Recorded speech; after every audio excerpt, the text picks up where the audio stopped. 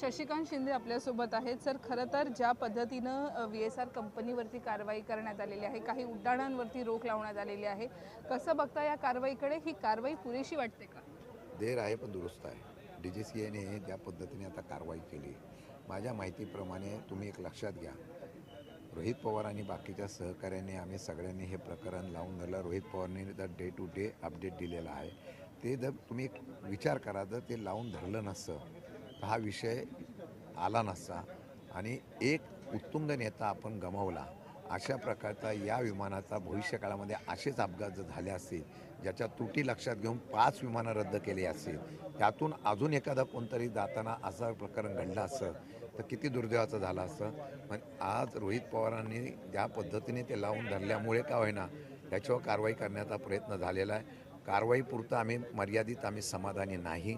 आमचं म्हणणं की यावर पूर्णपणाने कारवाई करत असताना यामध्ये ज्या यंत्रणा दोषी आहेत त्यांच्यावर, ज्यांनी परवानगी दिली त्यांच्यावर, जे कोणी तिथं इन्व्हेस्टर आहेत त्यांची नावं रोहित पवारने घेतलेली आहे, त्याला पाठीशी घालणारे कोण आहे त्यांच्यावर कारवाई व्हावी आणि त्यांच्यावर मनुष्यवधाचा गुन्हा दाखल करावा। खरं तर सध्या आणखीन एक चर्चा समोर येते, ती म्हणजे महाविकास आघाडी राज्यसभेमध्ये एकत्र आहे का? काही गाठीभेटी चर्चा होताना दिसत नाही, पडद्यामागे काही हालचाली सुरू आहेत का?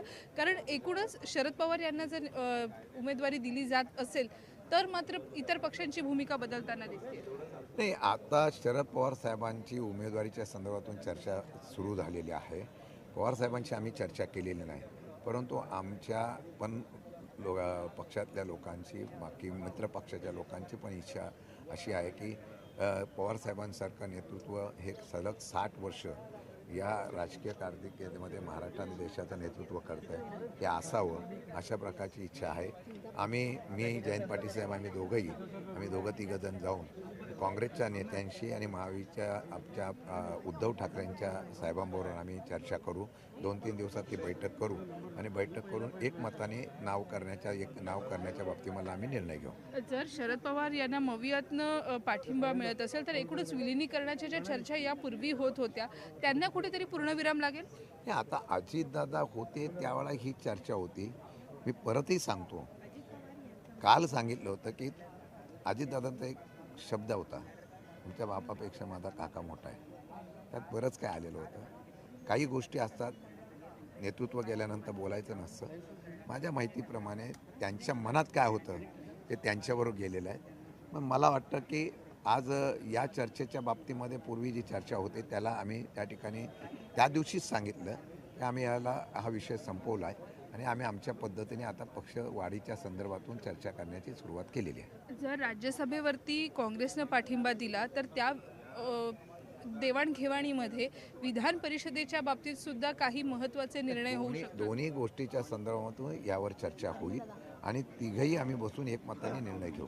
आज सुनेत्रा पवार यांच्या पोटनिवडणुकीबद्दलची सुद्धा माहिती समोर येते आहे। पोटनिवडणूक होणार आहे, त्यानंतर राज्यसभेच्या निवडणुका होत आहेत, महायुतीमध्ये सुद्धा वेगवेगळ्या पद्धतीच्या चर्चा सुरू आहेत। महायुतीची चर्चा तर मला माहीत नाही, परंतु बारामतीच्या पोटनिवडणुकीच्या संदर्भातून त्यांची उमेदवारी जाहीर केली असं मला कळलेलं आहे। मला वाटतं की त्या संदर्भामध्ये सुद्धा आम्ही एकत्र बसून निर्णय घेऊ। धन्यवाद आपले संवाद साधल्याबद्दल। तर एकूणच राज्यसभेसाठी शरद पवार यांच्या नावाची जर चर्चा होत असेल तर एकत्रितपणे बैठक घेऊन मविया आपली भूमिका स्पष्ट करेल, अशा पद्धतीची प्रतिक्रिया शशिकांत शिंदे यांनी न्यूज 18 मराठीला दिलेली आहे। व्हिडिओ रमेश भटसह सुस्मिता भदाणे पाटील, न्यूज 18 मराठी, मुंबई।